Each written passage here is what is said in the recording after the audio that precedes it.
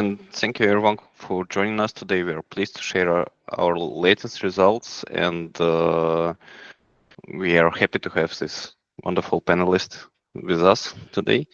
So, my name is Georgy Subbotin, and I am CTO of the Next Step Fusion. And today I'm going to tell you about our experience of application of reinforcement learning based control on DIII-D for magnetic control. This work was done in collaboration with University of California in San Diego and General Atomics. So, speaking about reactor control, first of all, we expect to control overall electricity production or neutron production. And if we look closer to the core of the power plant, we see that reactor control is actually control of unstable or marginally stable high fusion performance plasma. And to do so, we need to orchestrate numerous plasma parameters to achieve operational point. And this means that we need to build in numerous specific controllers for each plasma parameter to stay in vicinity of these nominal values. And we can see, for example, a diagram on the right, which represents one event tree analysis of tokamak discharge disruption, that control errors can occur from many sources, and which of these sources has like specific treatment way.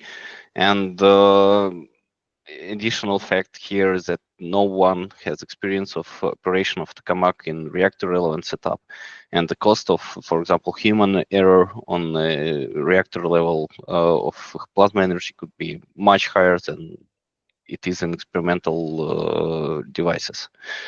So in magnetic confinement devices, and specifically in tokamaks, to achieve burning plasma condition, plasma should be confined by magnetic field produced by toroidal field coils and topoloidal field coils and plasma current itself. And to successfully reach target parameters and maintain operational point, the discharge should be controlled through multiple stages from breakdown up to flat top, where plasma can change shape, position, plasma current, and other internal plasma parameters. To do so, we use colloidal field coils, 3D coils, and central solenoid, and to reconstruct plasma state.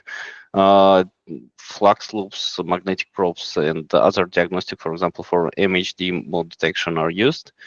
And why this could be challenging for the reactors if we do so in numerous experimental devices, because there is no experimental data for the reactor. We don't know a priori how to control the reactor. During the long time operations, machine parameters will drift from the initial, and we need to build a scenario that will preserve hardware limit in any case. And obviously, we want the reactor to be operational from the very first shot. Due to axial symmetry of the tokamaks, maintaining of specific plasma configuration and position stability can be reduced to two-dimensional task. In this case, we are trying to create the nested magnetic configuration and provide position of X point and strike points in the vacuum vessel using colloidal field coils, which you can see on the picture on your right. It's an example of colloidal field coil system of DIII-D with magnetic equilibria drawn inside. And to reconstruct this magnetic equilibria, flux loops and magnetic probes used again. But if we consider the future reactor, we could not expect magnetic coils so close to the plasma, and so same will happen with sensors. So the environment will be quite data poor. We will have a high level of noises, and during long operations, diagnostic can drop off, and still we want to maintain the smallest possible gaps to the wall to optimize reactor economical efficiency. And all this should happen with agreement with other actuators, for example, to couple plasma heating with plasma shaping and so on. So conventionally, it's done in a pretty simple way. We have sensors that measure some parameters of plasma. That this parameter should be later reconstructed with specific codes or tools, and reconstructed values are transferred to controllers where they are compared with targets, and then these controllers provide actuators command. But what will happen if we replace the reconstructor and controller with something more sophisticated and get more flexible? For example, reinforcement learning and neural network itself can provide more flexible control without need of complicated reconstruction. So the reconstruction can be included inside the neural network, and also it could provide more complicated control dependencies. For example, we can include in the target additional parameters like heating coupling or plasma current profile that are related but not directly affecting the actuators. And in this case, we can transit from a single parameter control to more generic control, where we consider plasma as a object and we control its state. For reinforcement learning is quite universal method to train such controllers. Everyone knows the famous paper and work of DeepMind at TCV, where they presented first application of such approach to magnetic control.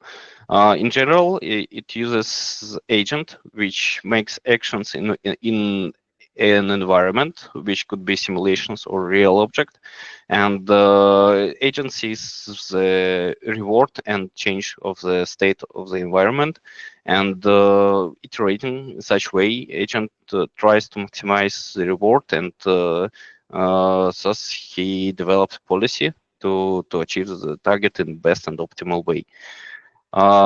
In our case, we are using soft actor critic algorithm, which is subclass of reinforcement learning. In this case, we have two neural networks inside the agent, the actor, which will be deployed on the DIII-D and actually does the control, and the critic, the second one, which evaluates action of the actor. So the difference between them is that actor sees the realistic measurements like probes, loops, and coil currents, but with realistic noises, with realistic delays, and so on. And critic observes the picture more clearly. It receives non-noisy probes and loops data, and in addition, it observes actual loss close flux surface geometry and position of magnetic axis and X point, and also it observes some time derivatives to gauge some of the plasma dynamics. So to make the system robust to different plasma states, during the initialization, we randomize internal plasma parameters, and also we change noise levels on measured parameters. So we use the simulation environment since we cannot afford training our agent at DIII-D itself. So the plasma simulation environment is consists of three main parts. First one is our next fusion simulator, which is free boundary two-dimensional magnetic equilibria solver with transport solver and with the ability to set up heat and particle sources. But since we are working on real machine, we need to bring some dynamics from actuators. For this, we built an actuator model which represents realistic limits and response speed of coil current and power supply of coils and power supplies. And due to complicated coil connection to the power supplies at DIII-D, we had to introduce some action space constraints and catch some non-linearities because of inter-coil and inter-power supply effects. And that's not all, because we are integrating in actual control system of the DIII-D. So we have to track realistic delays and noises while transferring signals to the agent and providing feedback actions to power supplies. And also we should keep in mind duty cycles that are constraining our agent from receiving specific data with desired speed. So it was additional complication, but it allowed us to create the agent that can seamlessly be integrated in the existing PCS, since it has similar inputs and outputs and fits to DIII-D architecture by itself. So during to transfer this in the experiment, we had to take into account power supply configuration. So we selected a few initial states from the database of DIII-D. Each of these discharge was split on numerous time slices, and for each time slice, we also applied randomization of internal plasma parameters, and that's how we received numerous over 1,000 of initial condition for the training, and then agent started from this condition, was evolving through the simulation environment, and finally well-trained agent managed to keep the plasma shape close to the target. So on the animation you can see agent activity in the simulator in black, and red evolution provides shows how agent drifts handover plasma in experiment to the target plasma state which it was trained for. So we had two experimental series. One it was done last year, and one was done this year, just a few weeks ago, with the same main goal: to reproduce reference plasma shape and position and exponent position in every shot. And the agents were slightly different in terms of training process. First of all, first agent was trained with the randomization I mentioned before. We were randomizing temperatures and densities and that effective in initial states, but then these parameters were not maintained, and plasma pressure was decaying through the training process in each training sequence. And the second agent was trained with the same randomization at the beginning, but for each training episode, these parameters were fixed, and plasma pressure variation was introduced by variation of beta between the training episodes. So we did same set of tests. We did a heating power scan. We changed the handover distance of the plasma from the target condition. Also, we turned on and turned off vertical stability, and we varied plasma current. In the experiment, our agent was integrated in DIII-D plasma control system as a standard shape category. It was operating on 4 kilohertz frequency, and there was a possibility to turn off and turn it on at any moment, and to be operated independently from vertical stability category. So we are moving to some of our results. First of all, while the longest training episode was 1 second long, we managed to maintain plasma stable through 3 seconds, and this time was limited only by DIII-D discharge duration. And while shaping parameters which are plotted on the right plots are quite close to the target, which is highlighted with a red dashed line. I would like to take your attention to the two middle plots, where we represent vertical instability growth rate and the signal of the control command that are transferred to coils controlling vertical instability. So our agent was turned on at time point at 2 seconds, and after short handover, after short time after handover, the vertical stability algorithm was turned off, and you can see that vertical instability growth rate keep pretty much at the same level, while the control signal characteristic was significantly different, and the agent provides the same performance in terms of vertical stability with lower oscillation control commands, and also this not only feature of this agent, it's something that can be specifically trained. For example, if we consider operating in superconducting machine. So the second interesting result I want to show you is transition from H mode to L mode. This controller was trained on L mode reference shot, so the handover conditions were significantly different from the original, and due to high randomization of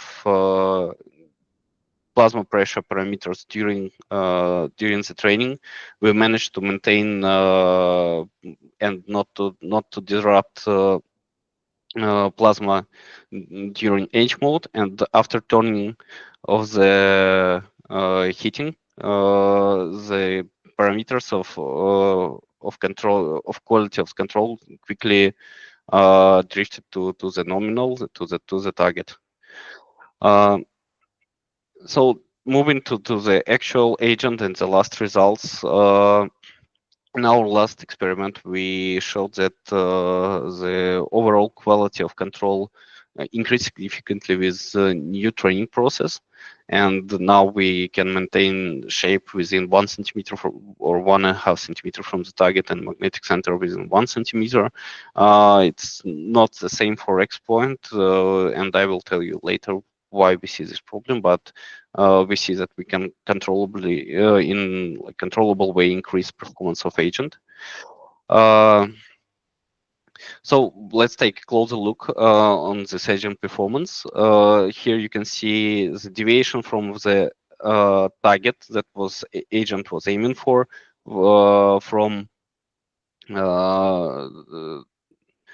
from existing plasma state, and you can see that DIII-Ds were transferring plasma in significantly different condition to by the handover time, and the agent each time tends to return plasma to the target state, and does it quite sustainably. Also, since we were just a supporting experiment on the background, we had a main experiment, and we were operating in conditions of several disturbances. For example, during pellet ejection, that is demonstrated on plasma density trace. You can see here some pellets were injected, and it didn't actually affected controller performance. And same happened with variation of NBI power, which is on the top plot. And you can see that control performance is more variant due to handover than due to NBI power. So going like to numerical quality assessment, we can see the shaping parameters deviation from the target. On the plots, you can see elongation, triangularity of top side and bottom side of the plasma, and shape reproducibility is overall good, and most of it is within experimental requirements. If we look closer for axis, magnetic axis, plasma axis position. We see even better reproducibility, but the vertical position is a bit offset due to error in elongation of the plasma.